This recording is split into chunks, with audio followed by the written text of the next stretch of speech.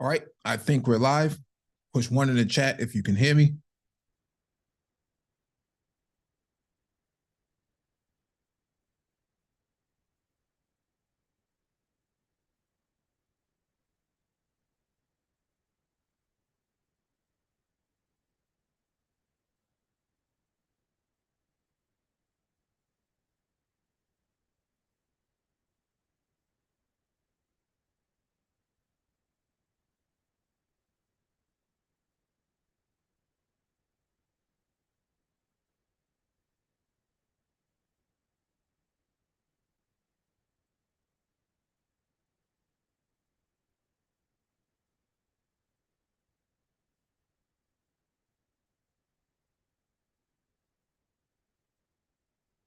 All right, got a confirmation. Thank you for the confirmation. Welcome back to the Black Brain Trust.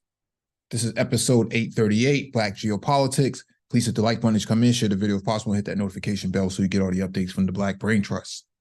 There's a docket in the description beneath the video for you to follow along with and reference. If you want to join the panel, there'll be a link in the chat. Let me grab that link, and you're welcome to come up.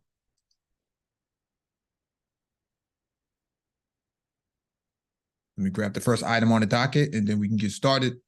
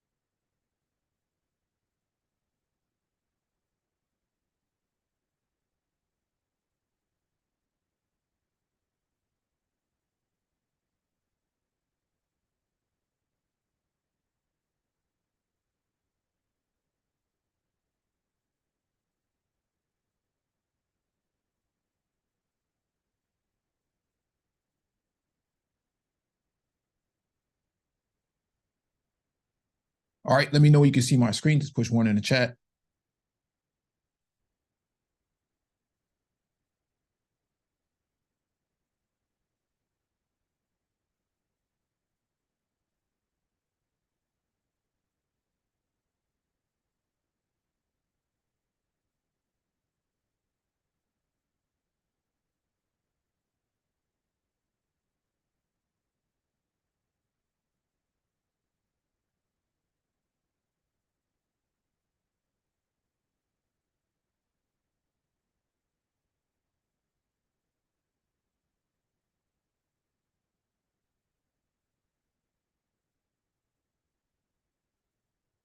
All right, this is from Press TV. First item on the docket. Al-Qassam, over 160 Israeli military vehicles destroyed since war on Gaza started.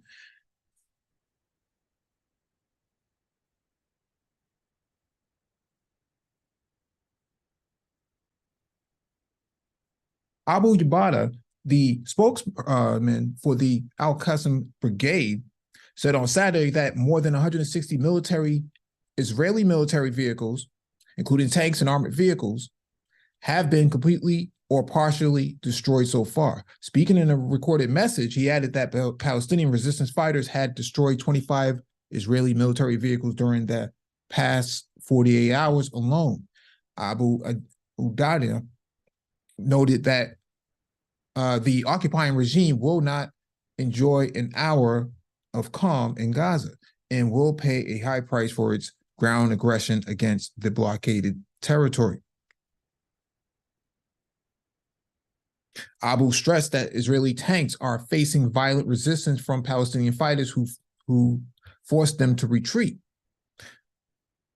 Abu concluded by emphasizing that great sacrifices made by Palestinian fighters and people are a prelude to the final victory. Earlier in November, the Al-Qassam spokesman had made a similar announcement saying that the brigades had destroyed 24 Israeli combat vehicles in confrontations with Israeli forces.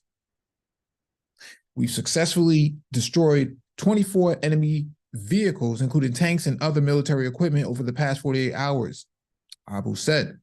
He said Al-Qassam brigades snipers effectively engage soldiers who have taken shelter in residential buildings or those attempting to expose themselves from their fortified positions.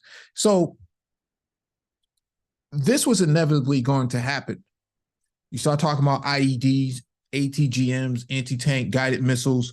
These sort of things were bound to happen. Urban warfare is not something that's a cakewalk for any military, including the Israeli military. So walking in there meant that they were going to face a lot of resistance, which is the end result, like we're seeing on the screen right here. Tanks destroyed. Now, the Merkava tank is supposed to be one of the best tanks in the world, next to the U.S. Abrams tank, and it looks like that was pretty easily destroyed. I don't know what they were thinking going into this, and I'm saying in regards to the Israeli military. I don't know what they were thinking, but they must have thought this was like 7 years ago, 10, 15 years ago, where they can just walk in there and it will be an easy victory for them. And now they're starting to find out that, you know, a $5 million, $10 million tank can be easily destroyed with like $250 worth of improvised explosive devices. And some of the military technology that the Palestinians have been able to develop over the last couple of years have been, you know, toy drones into bombs, flying bombs, basically. DJI, name your toy drone that you can buy at Best Buy or any sort of Amazon shopping place, and they can strap explosives to it and basically take out a tank. That wasn't the case 5 years ago. Today, that is the case, and I think that Israel is taking some huge, huge losses. Just based on the numbers, they're taking some huge losses going into this. I don't think this is easy for them. And so this is going to be long and drawn out, probably for another 30 days or so, until, you know, Biden in the United States decides that, you know, I think it's time for you to pull out of there. Because killing civilians is not a good look for them. As it stands right now, the momentum that Israel had maybe about 5 or 10 years ago is not there anymore. You can't just have people backing up Israel by saying things like, well, Israel has the right to defend itself. That talking point doesn't work anymore, especially with new cell phone, high quality video of children being sniped, you know, just for throwing rocks or protesting with a flag, hospitals being bombed, you know, refugee camps being bombed where they have no actual military application or benefit for Israel as a whole. It's not a good look for them. I don't think this is going to end very well. I know a lot of people make comparisons to South Africa's apartheid, and Israel did play a significant role in supporting the apartheid government in South Africa, but I don't know if they can ever get to the point. I'm saying Israel, I don't think they'll ever get to the point where South Africa is, where Black people, the indigenous people, were able to take over the country politically. I don't think Israel's ever going to allow Palestinians to be the Democratic majority in office. I don't think that's ever going to happen. And so I don't know how this is going to actually work out for them in the long term, but I think that they're going to destroy themselves ultimately, probably in the next 5 or 10 years. I think they're going to have like a Soviet Union style collapse where the state itself just erodes upon itself because it can't function. Okay. And I don't think the United States, you know, giving more money to them in aid is actually going to be a benefit to them either, primarily because it's a money pit. You're just throwing money into a state that's ultimately going to fail within its lifetime, our lifetime. I think that in the next maybe 20 to 30 years, I don't think that there'll be the same state as it was previously. As we know it today, I don't think that's going to be a functional state. I think that it's going to be very dysfunctional, and the course of action that's going to be needed to correct it means that they have to have a democratic system. And I don't think that they want a democratic system, primarily because Palestinians outnumber them, 2-1. And so if you start having elections, you'll end up with basically Palestinians winning the majority of the seats in parliament. That's never going to, Zionists are never going to allow that to happen. They're just not going to allow that to happen. And so we'll wait and see. And I know the discussions that have been having have been happening in Black spaces have been somewhat divided. People have been like, well, what's the point of us supporting Palestine? What does that have to do with Black people?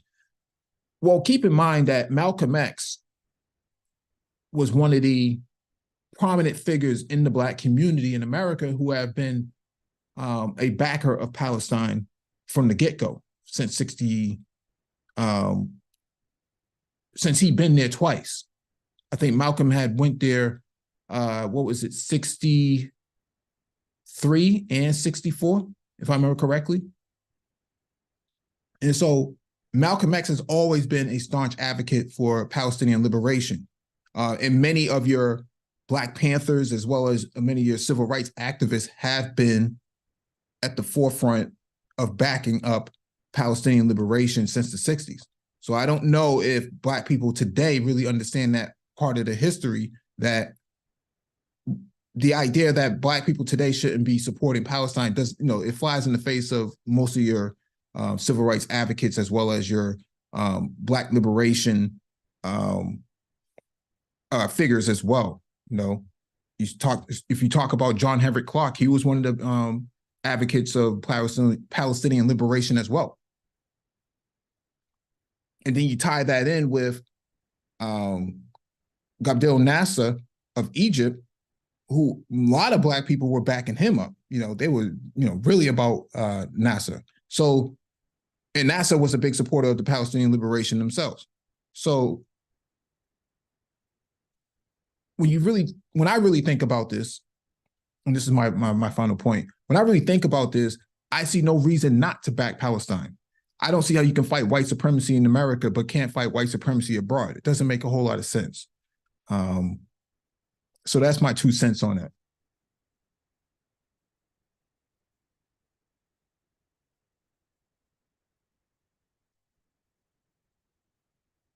Yeah, Art Newstall says Farrakhan and Arafat. Yep, 100%. 100%.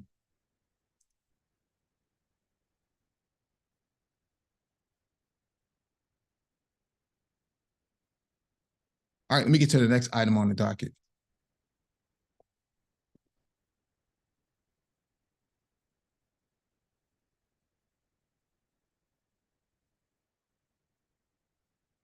Let me know when you can see my screen.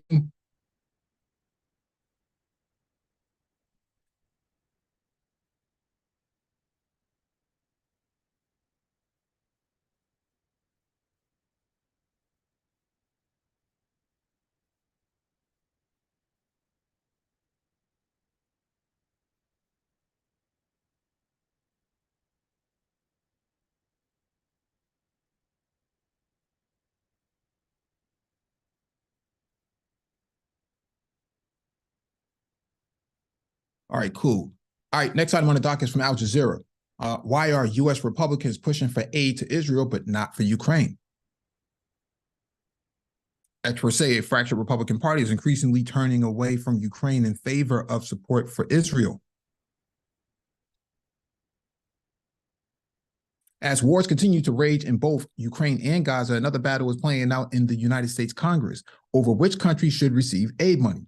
In recent months, congressional Republicans have expressed increasing skepticism towards approving more funds for the government of Ukraine, Ukrainian President Volodymyr Zelensky, as his country seeks to repel a full-scale Russian invasion. But that opposition has grown since the start of the Israel-Hamas war on October 7th, with some Republicans positioning aid for Israel and Ukraine as an either-or proposition. Quote, Israel is facing an existential threat Any funding in Ukraine should be redirected toward Israel immediately. Republican Senator Josh Hawley posted on social media 2 days after the war began. Experts say that desperate approach with stronger Republican backing for aid to Israel than to Ukraine signals the growing power of the party's hard right flank. Quote, omitting aid for Ukraine is a concession to the far right of the Republican Party. Richard F. Benzo, a government studies professor at Cornell University, told Al Jazeera. Ukraine, he added, has neither the emotional appeal of a religious ally nor the geopolitical importance of Israel, and the differences between the two issues reflect deeper divisions within the Republican Party between secular rationalism and sectarian emotionalism. The debate over foreign aid comes with turmoil with the Republican caucus, which struggled last month to elect a speaker to lead the House of Representatives. After weeks of internal fighting, religious conservative Mike Johnson finally won the gavel on October 25th, in an apparent victory for hardline and evangelical interests. One of Johnson's first moves was to introduce a bill that included nearly $14.5 billion in support for Israel, but $0 for Ukraine.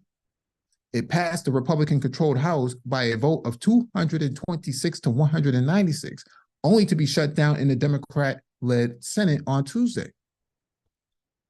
Robert Shapiro, a political science professor at Columbia University, said the failed bill points to continued sway former President Donald Trump holds over the Republican Party.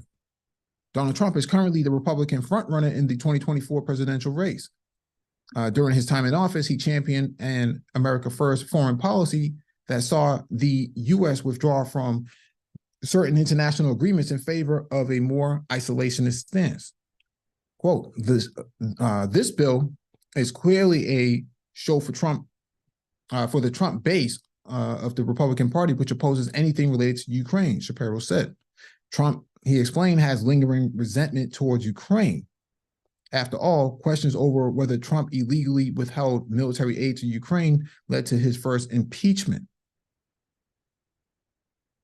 And then there was Trump's cozy relationship with Ukraine's adversary, Russian President Vladimir Putin, who he praised on several occasions. Since leaving office, Trump has remained critical of aid to Ukraine. In campaign stops for his re-election bid, he called on Congress to cut off military assistance to the country, accusing it of paying millions of dollars to the Biden crime family, a reference to his Democratic rival, President Joe Biden. So let me say this.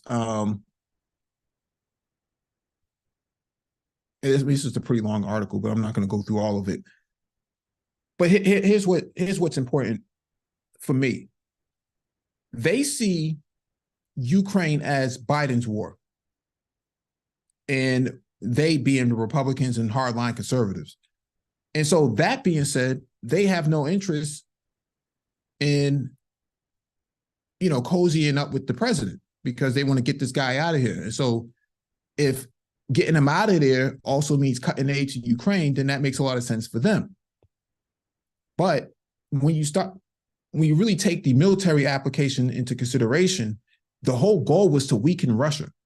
The idea was to draw Russia into a conflict and pin them down so that they can't respond in other military theaters, such as the Middle East, such as Syria, and to be exact, and also the South China Sea in the Pacific, because China has to hold down that territory to themselves and they can't do it on their own. They actually need Russia's help and possibly North Korea's help to help defend that area, because they know if they engage the United States, it's going to be a long, drawn-out conflict in a standoff. And so the idea is to keep the Russians pinned down as much as possible and weaken them as much as possible. And that was working temporarily up until this Israel-Palestine conflict. Now, if you take the aid away from Ukraine and divert it back to Israel, then what happens to Ukraine is that they're left in the wind, and then the Russians will just eventually mow over the Ukrainian military or whatever's left of the Ukrainian military. The way I see it long term is that Israel only has so much time to play fighting, with the Palestinians in Gaza. And if they get into a conflict in Lebanon, I think the U.S. is going to actually have to help do some heavy lifting there because they'll have to take on Lebanon and then Syria, and then potentially they may have to spread out and deal with Yemen as well. And then you may potentially have Iraq jump in as well in that area as well. So now what does Turkey do? Turkey has sent out warships into the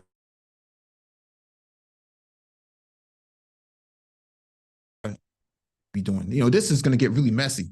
You got NATO members not agreeing with each other, ready to fight each other over a small strip of land like Gaza, right? And from a value standpoint, it would seem insignificant, but it's actually going to be the catalyst for everything that's about to go down.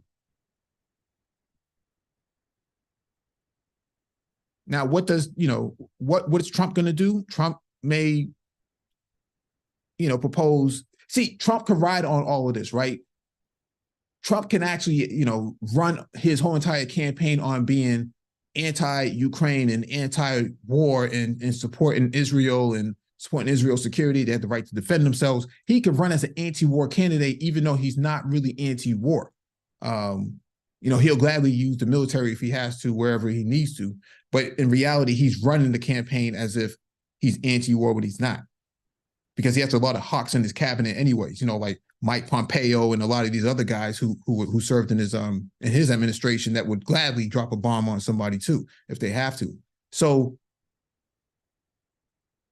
what does this all mean, in my opinion? I think that the United States is going to get themselves tied up in the Middle East again for no real return on investment. I think they're going to try to knock down Syria, maybe knock Assad out of power, which is going to draw the Russians into the conflict as well, because the Russians have a naval port in Tartus in Syria, and they don't want to give that up because that's their only means to the outside of the Black Sea in order to get to the Mediterranean.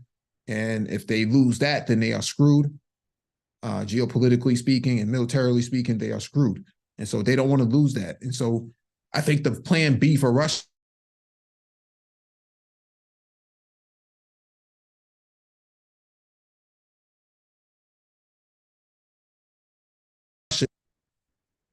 and I don't know how they're going to be able to pull off a naval port in Libya if there's still a civil war going on there. It's not politically stable in either of those areas.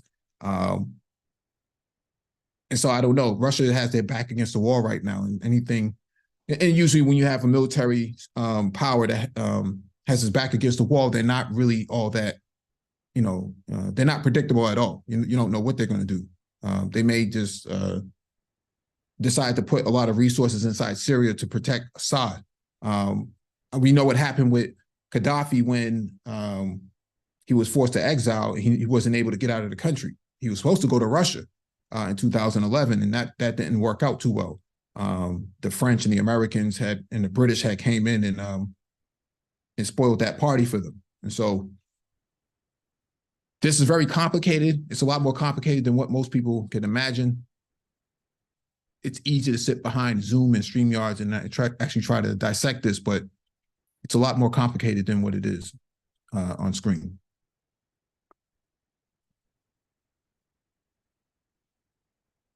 All right, let me get to the next item on the docket.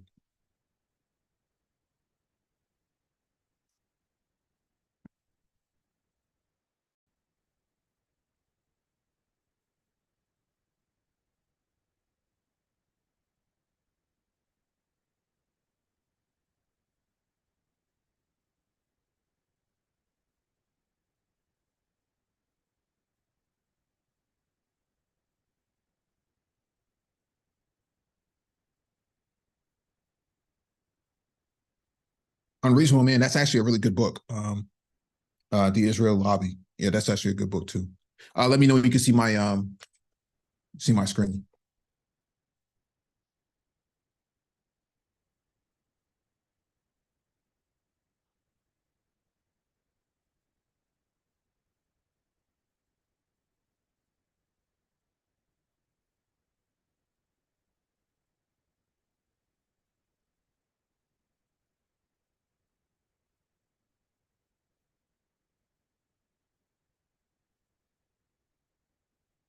All right, next item I want to talk is from AP News. Biden and Xi are set to meet next week at the APEC summit. No details is too small to sweat.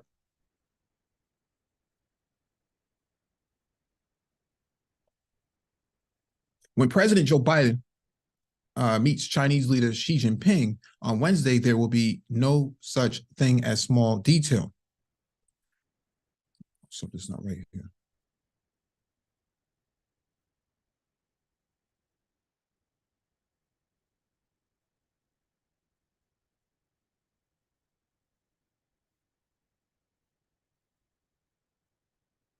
How they meet, how they greet if they eat, where they sit, will there be flowers, bottled water, or in a glass? Pretty intense, senior administration officials say, of navigating delicate protocols. Any encounter involving the president and a foreign leader means managing tricky logistics, political and cultural, and every occurrence or utterance can potentially jolt the world order. But few nations are more attuned to etiquette than the Chinese, and the often conflicting interest between Washington and Beijing might mean the seemingly trivial becomes meaningful.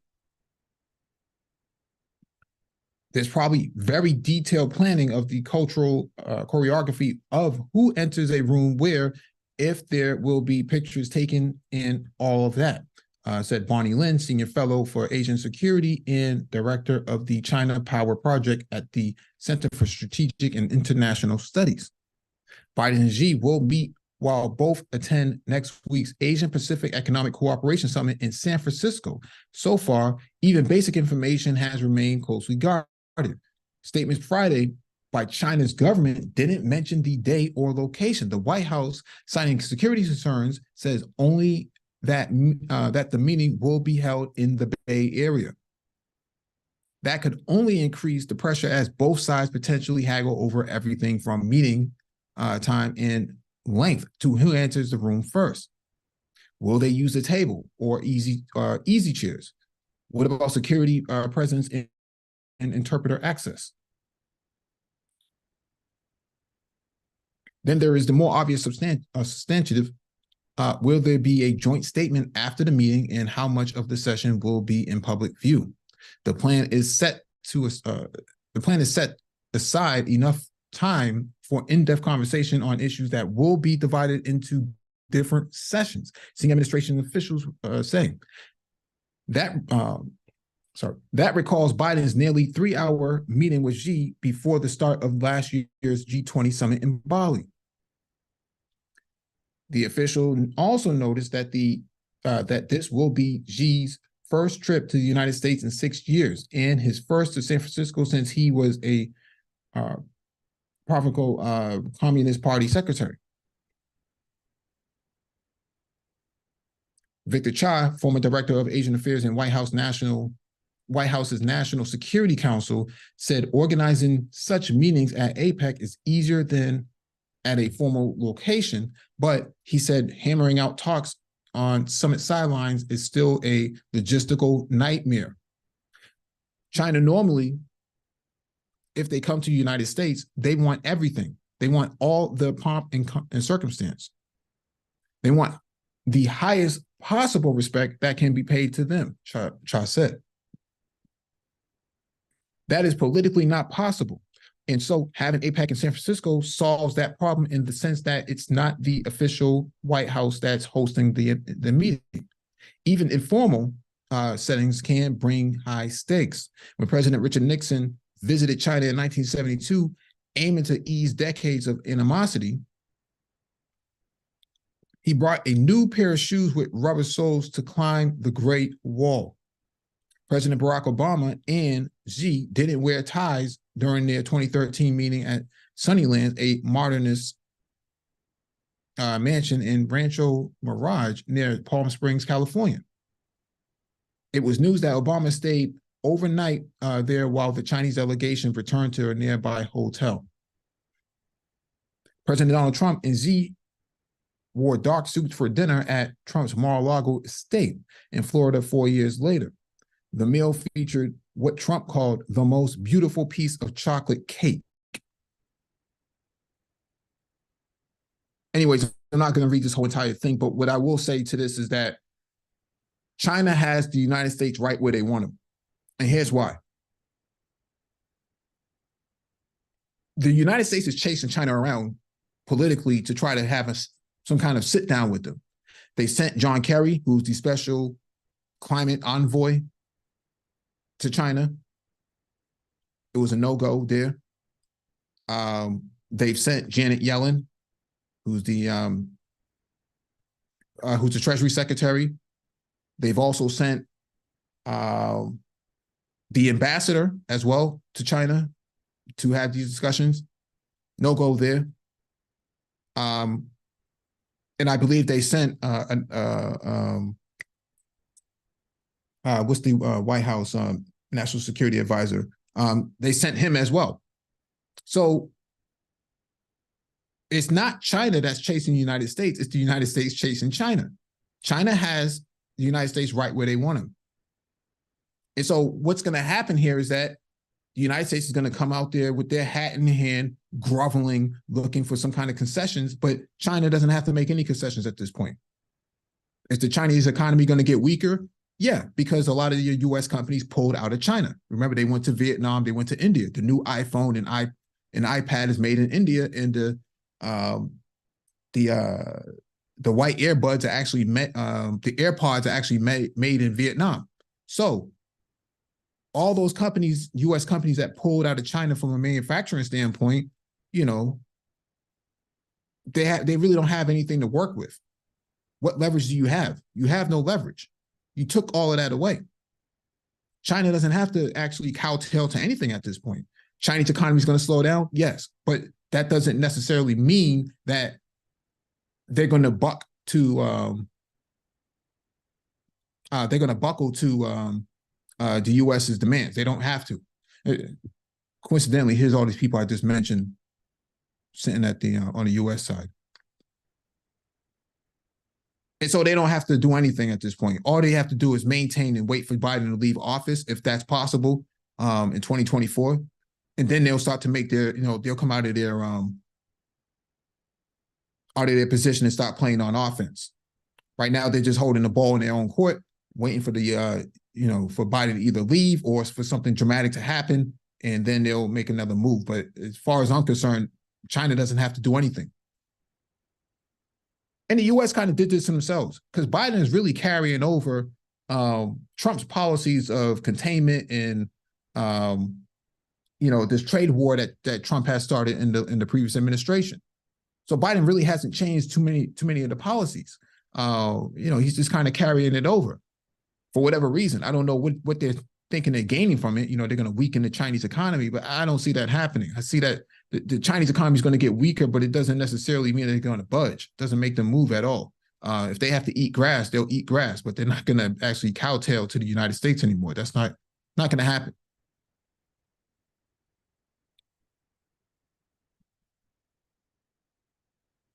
Okay.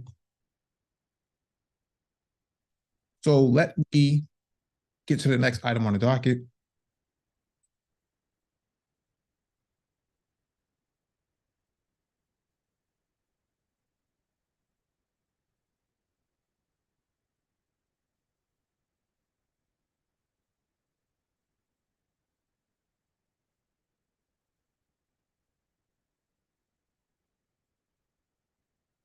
All right, next item on the docket is from the Financial Times. Top U.S. military official doubts China wants to invade Taiwan. Chairman of the Joint Chiefs of Staff tones down rhetoric about risk of war.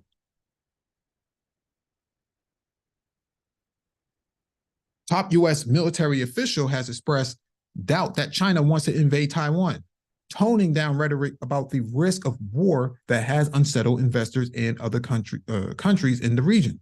Quote, I do think that Chinese President Xi Jinping doesn't actually want to take Taiwan by force. He will try to use other ways to do this. General Charles Brown, chairman of the U.S. Joint Chiefs of Staff, told reporters in Tokyo, pointing to the difficulty of the beach landing required to bring invasion troops to Taiwan. Brown said the U.S. and its allies needed to pay attention to other efforts by Xi to increase pressure on the country, whether it's militarily, diplomatically, or economically. His remarks came as the U.S. and China are trying to manage rising tensions in their relationship by restarting dialogue. President Joe Biden and Xi are set to meet at the Asia-Pacific Economic Cooperation Forum in San Francisco, APEC, next week, only their second meeting as leaders. Brown's comments contrast with warnings from military and security officials earlier on in the Biden administration about a potential conflict over Taiwan.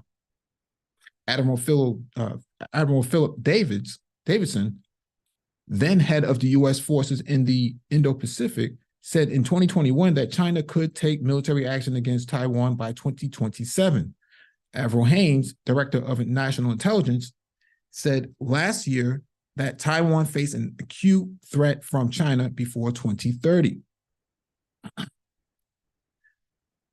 General Mike Minihan, a senior Air Force officer, said in January that the U.S. and China would probably go to war in 2025, which sparked concern among allies that the U.S. military was being too loose in its language. Admiral John Aquilino, who succeeded Davidson in 2021, said that that year that the threat of a Chinese invasion was closer than most think. But earlier in 2023, he pushed back against colleagues who had predicted timelines. Oh, I think everybody's guessing, he told Congress in April. In the wake of the Minahan comment, the Pentagon told top officers to stop making public pronouncements about possible dates. Senior Biden administration officials have also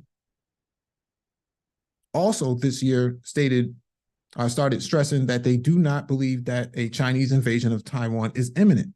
China claims that the island is part of a territory and has threatened to attack if Taipei resists unification indefinitely or external forces intervene.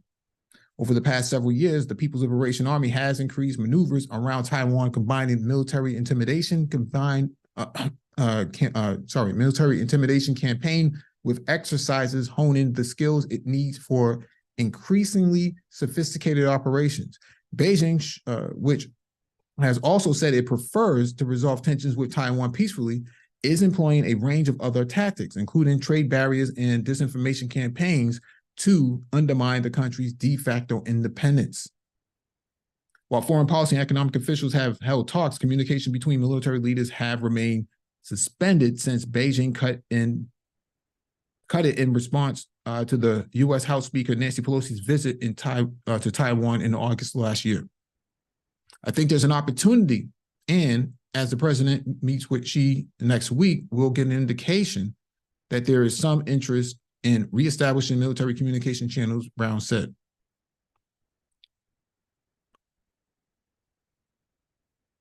So here's the deal. I don't think China has the ability to take Taiwan on its own. It needs more help.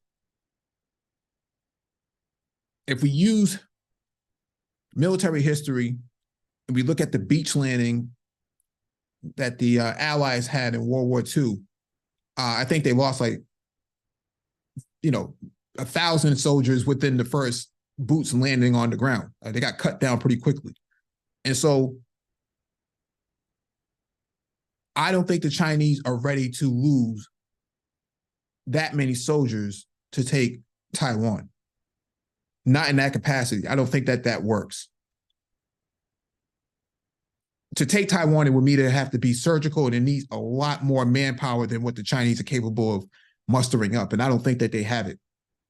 It's one thing that I know a lot of people like to say, the Chinese have this great military, and I would agree that they do put out a lot of warships and they do a lot of manufacturing of hardware, but I don't think that they have the manpower to take and hold a beachhead from Taiwan, because Taiwan is so dug in inside the island. I don't think that that's possible. And plus, there's several small chains of islands that that makes up Taiwan as a whole. And so you would have to take every single island. You can't just take the whole entire big island, the main island, and negate the rest of the small ones, because the small ones are occupied by Taiwanese military too. And so you would have to take one island at a time. I don't think that the Chinese are capable of taking all of those islands in one full swoop and then being victorious at the end of the day without any sort of intervention from the United States or any other foreign power, for that matter, whether it's whether it's AUKUS or NATO or maybe some other entity that wants to get involved. I don't think that Chinese has the ability to fight off all of those militaries all at once. I just think that's unrealistic. Okay. So I know there's a lot of people who say, yeah, the Chinese could, there's the number 2 military power to the United States. Yeah, on paper, but not in action. I don't see them actually doing it. They haven't gotten into a conflict since what, 1979 with Vietnam. And then if you want to have a more detailed analysis, then you can probably say some of the conflicts that they're getting into in Africa with United Nations peacekeeping. I don't see that as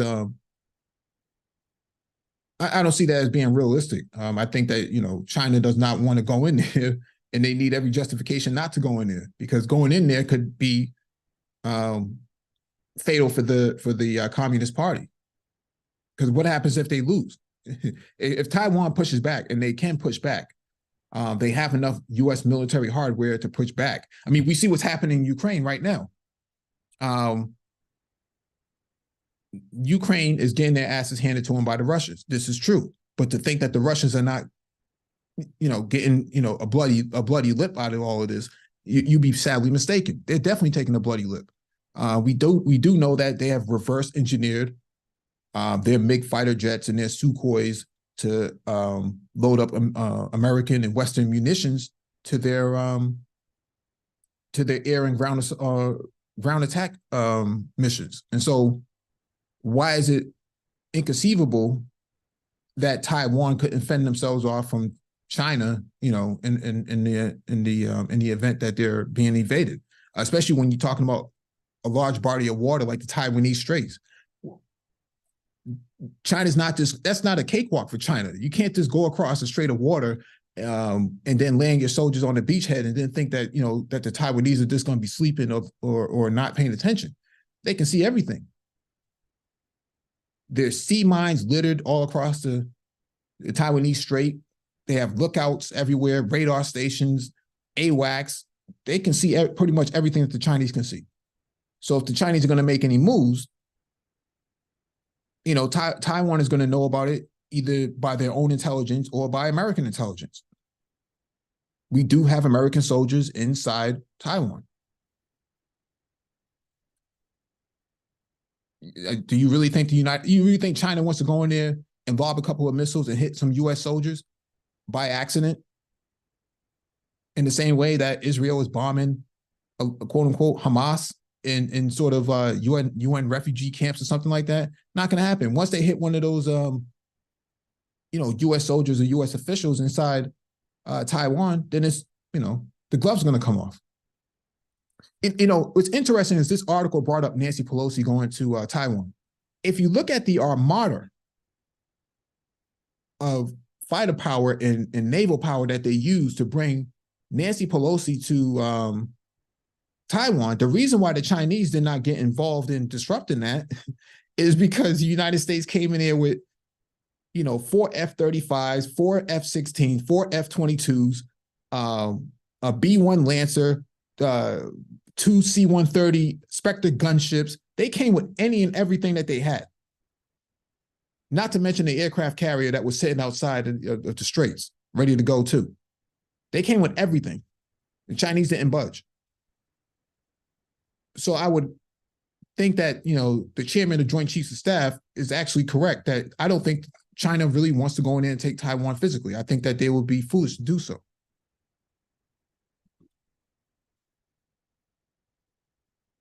It's expensive, for them to get into a fight and then have to worry about how they're going to get their energy or get their goods out there. An iPhone would end up costing you, $2,000 or something like that. Primarily because the cost of logistics would shoot through the roof.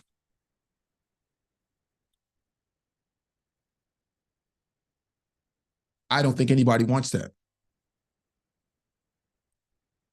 Plus, how would they make their pork fried rice if they can't import any pigs? It's hogwash. All right, let me jump to the next item on the docket.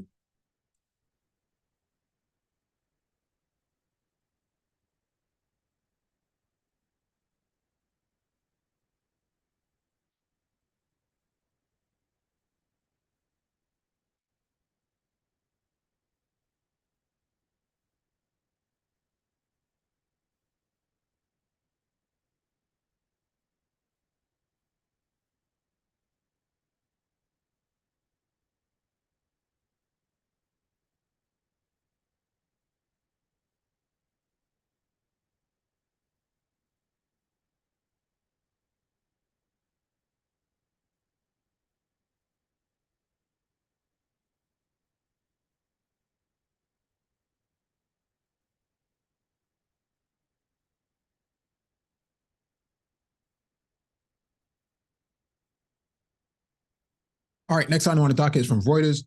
Saudi Arabia to sign deals worth over $500 million with African nations, minister says. The Saudi Fund for Development will sign agreements worth 2 billion riyals, $533 million with African countries. Saudi Finance Minister Mohammed Al Jadaan said on Thursday during the Saudi Arab African Economic Conference in Riyadh. We are working with our partners to support Ghana and other countries regarding their debt, Jadaan added. Saudi Investment Minister Khalid Al Falih later said at the same conference the kingdom's more than $700 billion wealth fund, the Public Investment Fund, will make some game-changing investments in Africa.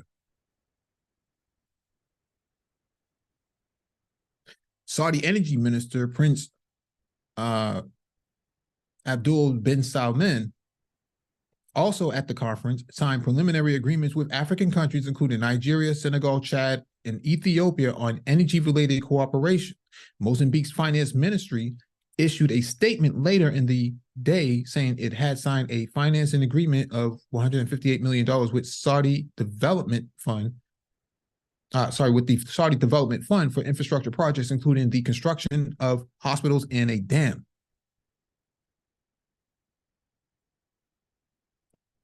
So for those who don't know, there's a Saudi Africa summit that took place earlier this week, and that's really what they're talking about. This is the first Saudi Africa summit to take place. Typically, you do see a China Africa summit, Russia Africa summit, U.S. Africa summit, and now you see Saudi Arabia is trying to make their way into Africa as well. They have a lot of cash on hand because they are an energy superpower, and they're going to make some investments there because the resources that they need to advance themselves, especially the transition off of oil and gas, or oil for that matter, into other renewable energies, it's going to require them to actually do business with Africans. So this doesn't surprise me. I figured at some point Saudi Arabia was going to come out and start shifting their weight around. Plus, they're pretty benign. They don't necessarily invade countries themselves.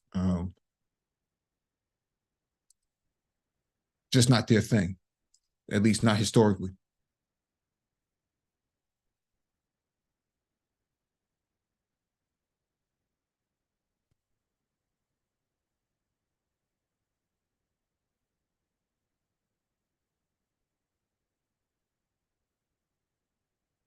All right, next time on the docket is from Reuters. U.S.-Africa trade program must be more than symbolic, U.S. trade chief says. The United States is looking for a more useful and effective trade program with Africa, U.S. Trade Representative Catherine Tai said on Saturday, and as talks are underway to update a 2-decade-old duty-free initiative. The African Growth and Opportunity Act, which grants exports from qualifying countries duty-free access to the U.S. market, is due to expire in September 2025, with talks focused on renewal and possible reform. AGOA was reauthorized twice before, in 2004 and 2015. And Tai is in Johannesburg, South Africa, wrapping up 3 days of talks with African trade ministers over the program's future and a possible third reauthorization. Quote, "We would like to see this program be more than just a symbolic one. We would like for it to be more useful and effective," Tai told journalists. Over $10 billion worth of African exports entered the United States duty-free last year under the program. However, in many areas, AGOA, which was launched in 2000, has failed to live up to its promise. Despite longstanding bipartisan support from U.S. lawmakers who view AGOA as critical to countering the influence of China in Africa, there are divisions in Washington over the need for updates. African countries concerned that too many changes could bog renewal down in Congress are pushing for an early 10-year extension. They say improvements can be made once the program is reauthorized, but the Biden administration wants changes as part of a renewal. Quote, I don't quite know how you would enhance it without doing it in the statute. A revised AGOA should aim to improve the program's utilization by qualifying countries and take into account the recent creation of African Continental Free Trade Area, Tai said. It should also ensure countries maintain benefits even as they grow wealthier and include more small business participation. U.S. business associations say there must be, certainly over AGOA, is if Africa is going to take advantage of a current global push by companies to reduce their dependence upon Chinese manufacturing. Quote, American businesses want AGOA reauthorized. Regardless of sector, they've made it that very clear. British Robinson, who heads the U.S. administration's Prosper Africa Trade and Business Initiative, told Reuters.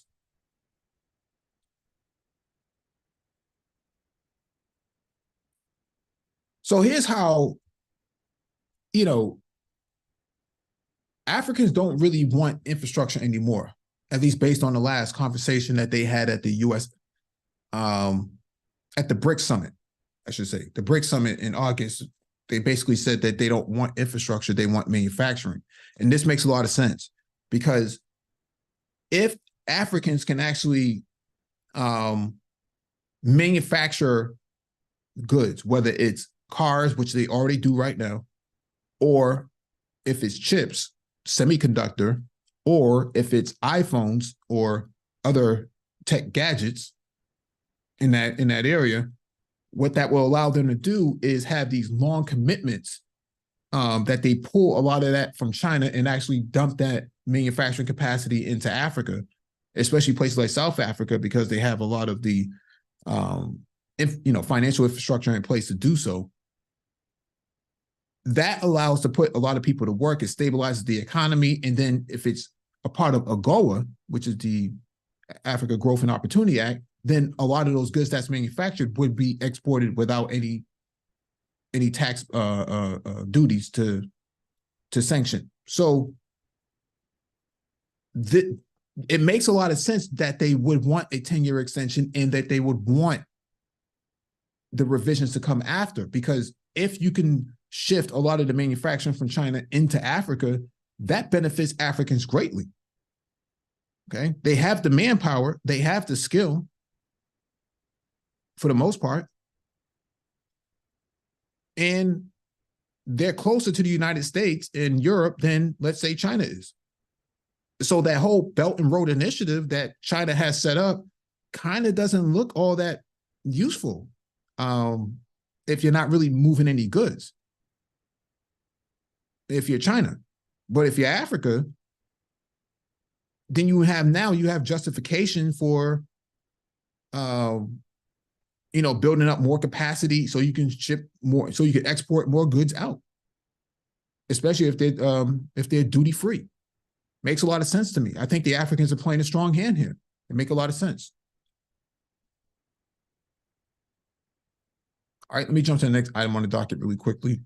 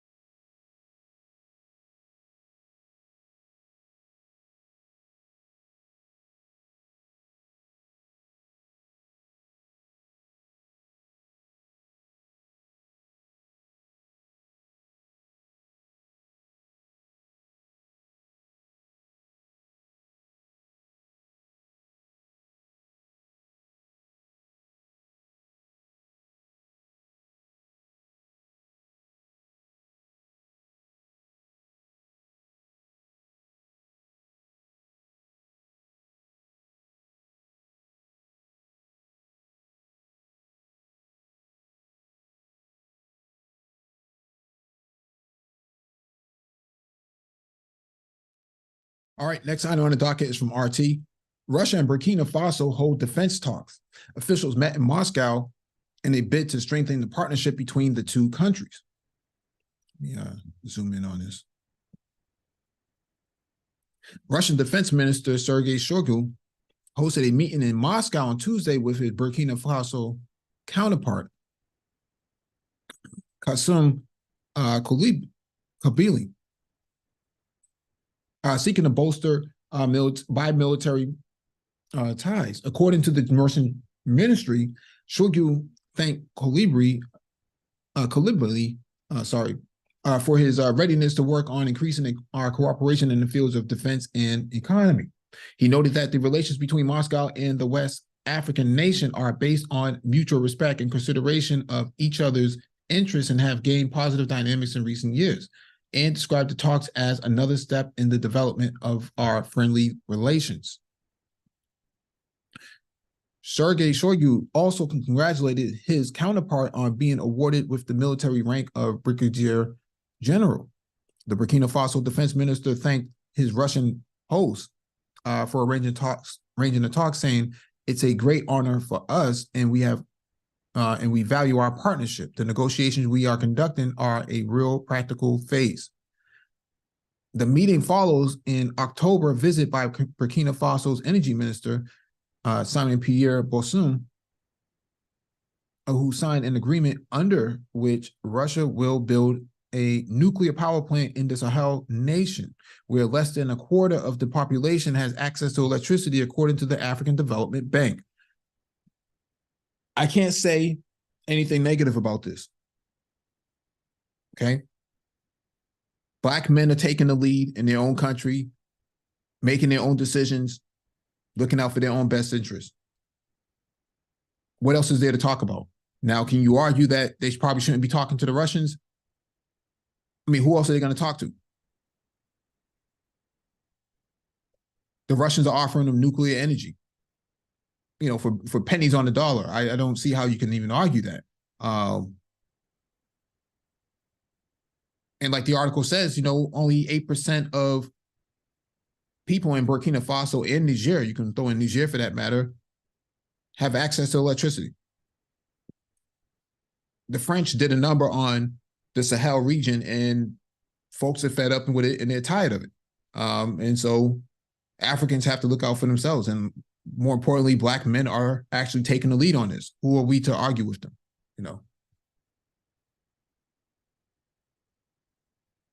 I see nothing wrong here.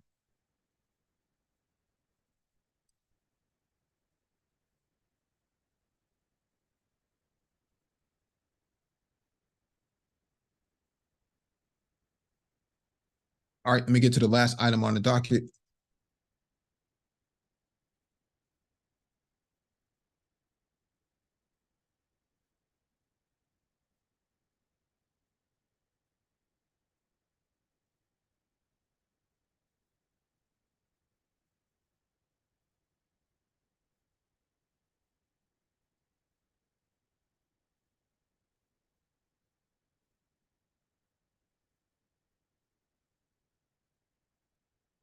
All right, next item on the docket is from foreignpolicy.com. The U.S. is preparing an outsourced invasion of Haiti.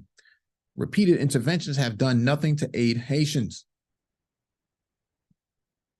On October 2nd, the United Nations Security Council authorized yet another armed intervention in Haiti. This new effort aimed at breaking the stranglehold of paramilitary-style gangs in Haiti's capital of Port-au-Prince will not be an official UN peacekeeping mission. Instead, it is being organized and funded directly by the United States, with 1,000 police officers from Kenya slated to take the lead on the ground. The mission is nominally being undertaken at the request of the government of Haiti's de facto president, Ariel Henry, who was neither elected nor officially appointed to any position in the government. Henry, a leader in the anti-Aristide coalition in the buildup of the 2004 coup, had been nominated as prime minister, the number 2 position in the Haitian government. By then, President Jovenel Moïse, days before Moïse was assassinated in his home in July 2021. He was never ratified by Haiti's parliament because there was no parliament to ratify him. Moïse had let every legislator's term lapse by refusing to organize elections. There are, in fact, no elected officials in Haiti at all as of right now. Henry assumed the acting presidency as Moïse's assassination at the direction of what is known as the Core Group, which includes representatives of the United States, the United Nations, and other powerful countries. As chaotic and brutal as the situation on the ground is, every intervention in Haiti in the past has done little but make things worse. Kenya's High Court is expected to rule on whether the mission can proceed on Thursday. If approved, it will be the 7th U.S.-sponsored intervention into Haiti since the country won its independence from France in 1804. The biggest and longest was the brutal U.S. occupation of Haiti. That began in 1915 and ended in 1934.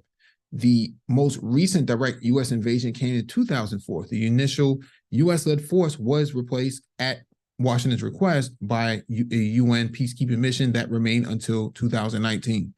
During that period, the United States also sent more than 22,000 troops in an aircraft carrier group, the USS Carl Vinson, to Haiti to maintain security and prevent a migrant exodus after the catastrophic 2010 earthquake. This is a picture of U.S. Marines in 1934 intervening in Haiti.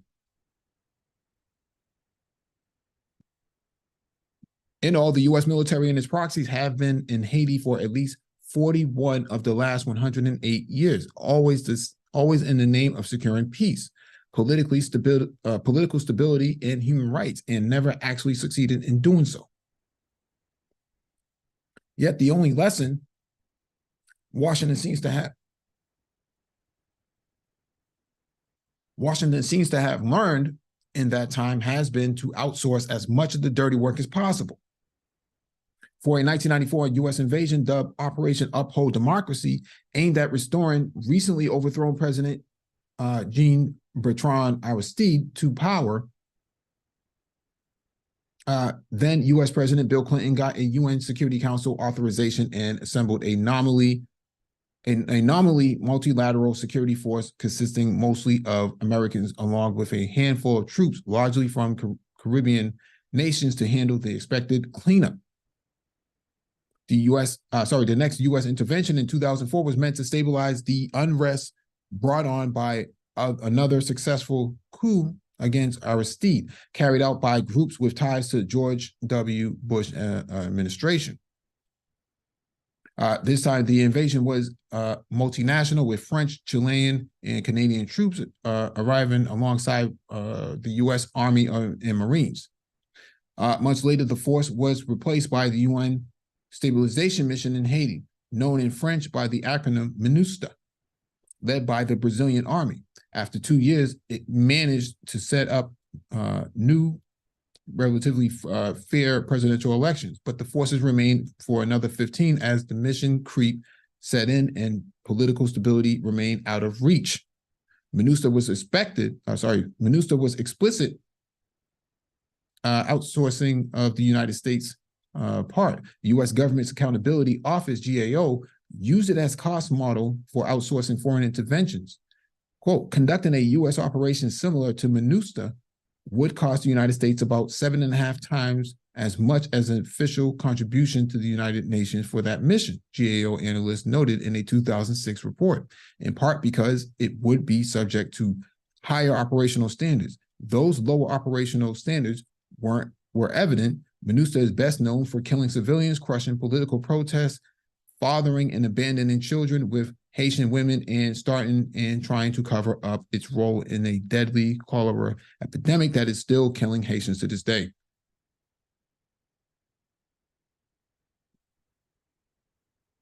Anyways, the idea of sending any foreign military into Haiti at this point, is kind of disastrous. And it's actually a bit of a hypocrisy, because on one hand, they support Israel's right to defend itself, and on the other hand, they take away that right when it's about Haitians. It's a really strange dynamic when they say it all in one breath. They change their position, on a dime. Okay.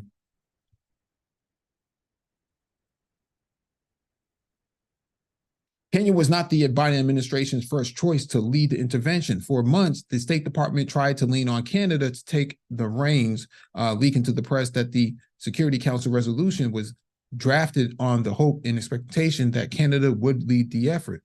White House National Security Advisor Jake Sullivan felt confident enough to lean over his skies and say Canada had expressed interest in taking on a leadership role. That was always wishful thinking, as CBC News had reported. Prime Minister Justin Trudeau's government, unwilling to give a flat no to the many countries asking it to save the day, and used a variety of tactics to stall for time. It sent fact-finding missions to assess conditions on the ground, convened parties for talks, set conditions that were likely to be met, and never missed an opportunity to remind the world that past interventions have not produced good results.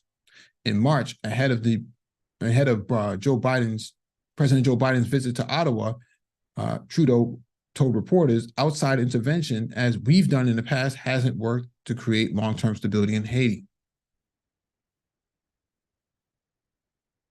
Then the Americans turned to Brazil, only to be turned down. Currently, President Luiz da Silva was also in power in 2004 when the country assumed control of MINUSTA, though at one point Lula called it the noblest humanitarian mission ever carried out by the Brazilian armed forces. The intervention became a scandal in Brazil, especially among leftists, who remember it for the role Brazilians played in a 2005 massacre in the Cité Soleil slum, as well as the suicide of Brazilian force commander at Port-au-Prince's Hotel Montana shortly thereafter. That left Kenya. The East African nation has participated in UN peacekeeping missions in at least 29 countries since 1990, including the former Yugoslavia, the Democratic Republic of Congo, and Yemen. But it has, as its defense ministry website states, remain cautious of involvement in peace operations that have had an enforcement element. That is, with the notable exception of Kenya's neighbor, Somalia, where the Kenyans have participated in UN-endorsed African Union peacekeeping missions since 2012. Washington wooed Kenyan President William Ruto with the promise of funding for the mission, as well as a 5-year defense cooperation agreement offering unspecified support in Kenya's ongoing war against the Islamist group Al-Shabaab, which is based in Somalia. Even then, the East Africans seemed reticent. So it was Nairobi, it seems, that insisted on a largely symbolic Security Council mandate to give the mission a stronger patina of international legitimacy. In a speech aired after the Security Council session, Ruto called the mission an act of solidarity with the African diaspora in observance of a sacred duty toward our own flesh and blood carried into captivity to suffer in chains. He invoked the legacy of both the Haitian Revolution and the devastating decades of long extortion imposed on Haiti's post-independence governments by France.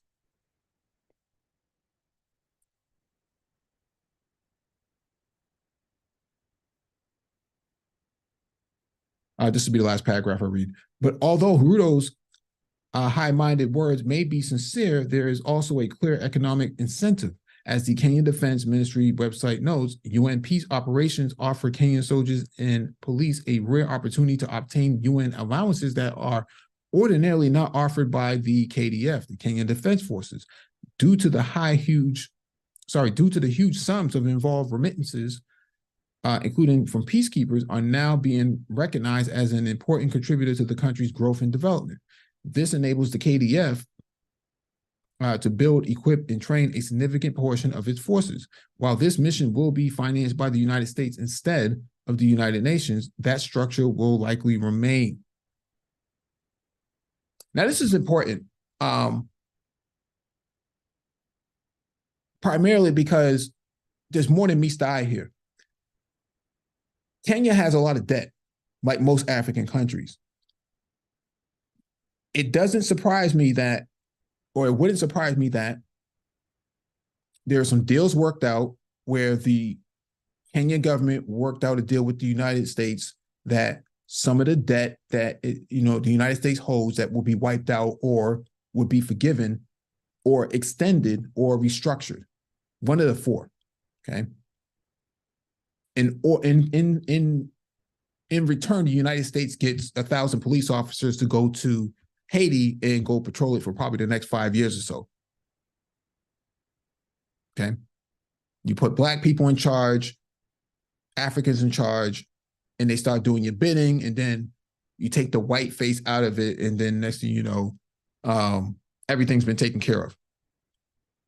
Okay. The United States can wash its hands clean of any sort of responsibility, can't take them to court for anything, the ICC or any other criminal court for any wrongdoing, and it all falls into the lap of the Kenyans, and the Kenyans get a nice pittance out of it, and maybe some debt restructuring.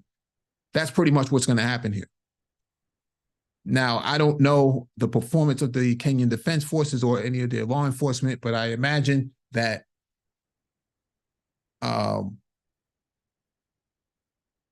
it's going to be business as usual. Just like when the Brazilians were there, just like when the Canadians were there, the U.S. was there. Nothing ever goes right when it comes to occupation. Okay.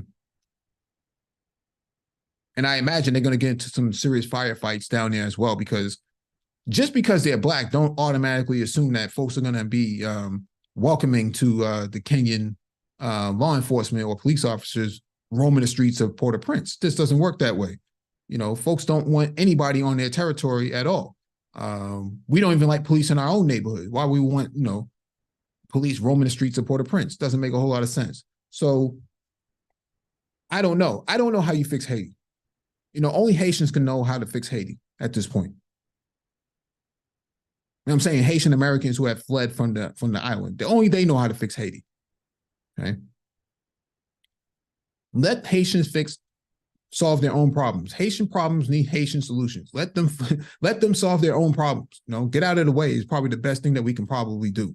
And give them back the money that we stole from them. How much money that was inside the central banks of Haiti have been looted by, the United States and France.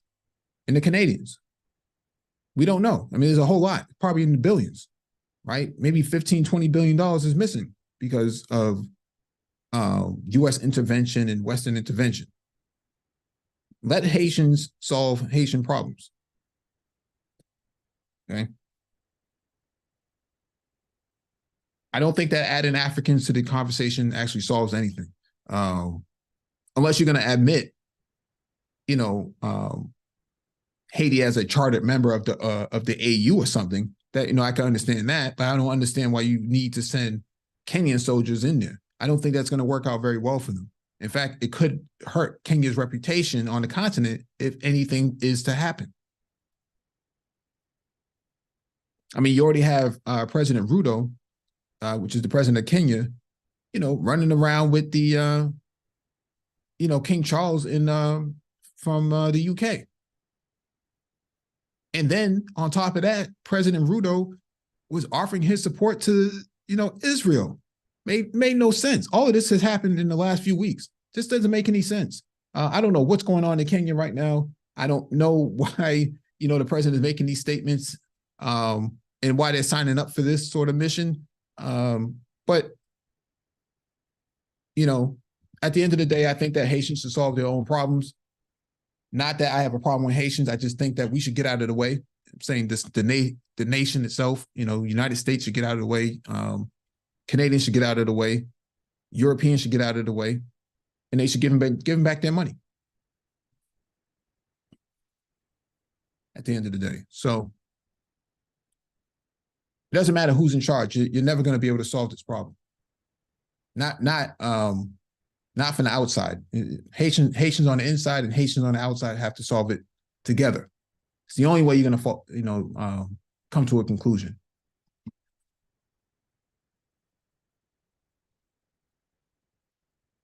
All right, link is in the chat. If nobody wants to come up, I'll definitely close out.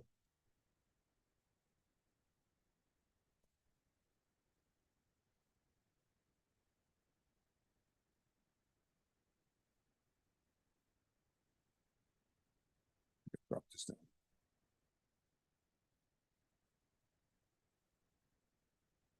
I'll stay for another 5 minutes. If nobody comes up, then I'll peel up out of here.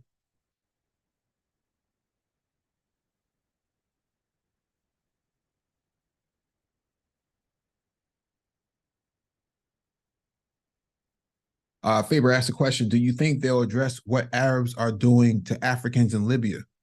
Well, Libya has Arabs in there. I mean, I don't see how you can actually separate Arabs from North Africa as a whole. Arabs are not foreigners in that regard. I mean, they make up the majority in Libya anyways. So who are you talking about? I mean, you do have different factions in there, like the Tuaregs and the Berbers and whatnot, but I don't know if you can actually separate Arabs from other Africans in Libya. It's a multi-ethnic state.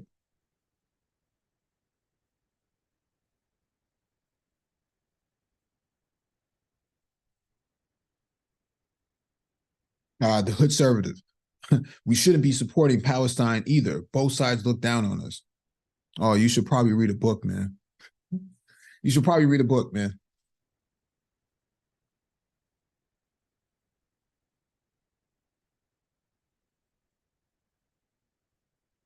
The Hood-servative. China has never fought a major military engagement. This is true. I mean, they haven't fought since Vietnam. If you really want to use a major conflict, Vietnam is probably the most violent conflict that they've been a part of. But the last, contemporary conflict they've been in was with Vietnam, and I don't think that you can really count that. I know a lot of people like to use it, but I don't see how you can use the Vietnam small conflict that they had with the Viet Cong as a measure of Chinese military capabilities.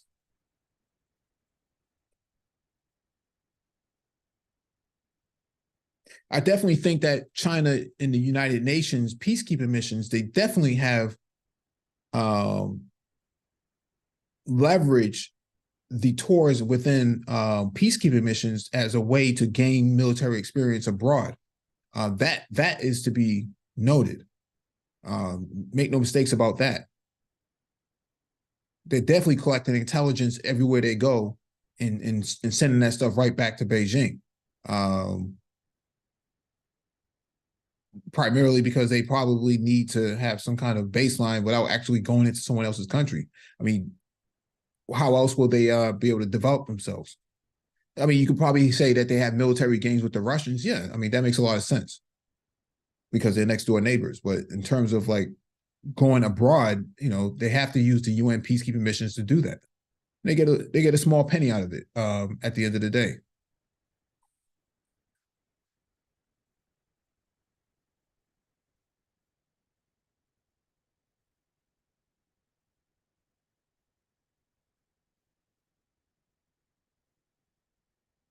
But I definitely think that this Israeli conflict is going to break the back of Joe Biden, primarily because Joe Biden, track record wise, he has done a lot of great work.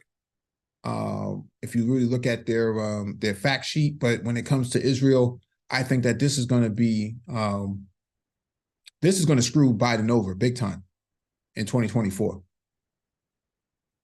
People are not going to come out and support him like they did in 2020 against Trump, primarily because they, you know, Israel's it's a fly in the ointment, basically. It's not something that is a value add politically for the administration, and why they took this strong position to back them doesn't make a lot of sense. Even Obama didn't do that. Okay, Obama never did that. Obama was against Netanyahu for the most part.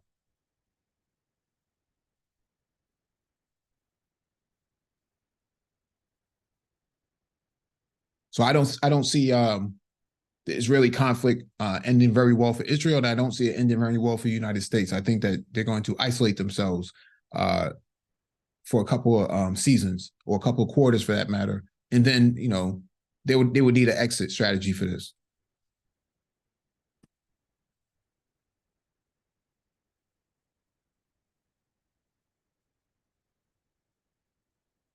In regards to what the Africans can do, you know, to sort of intervene, I think that adding Palestine to the African Union makes a lot of sense. It's a very benign approach. It doesn't cost them anything, and it actually gives Palestine a lot of credibility going forward. Either you make them an observing member or you make them an official member, but either one of those makes, you know, from a PR standpoint, makes a lot of sense.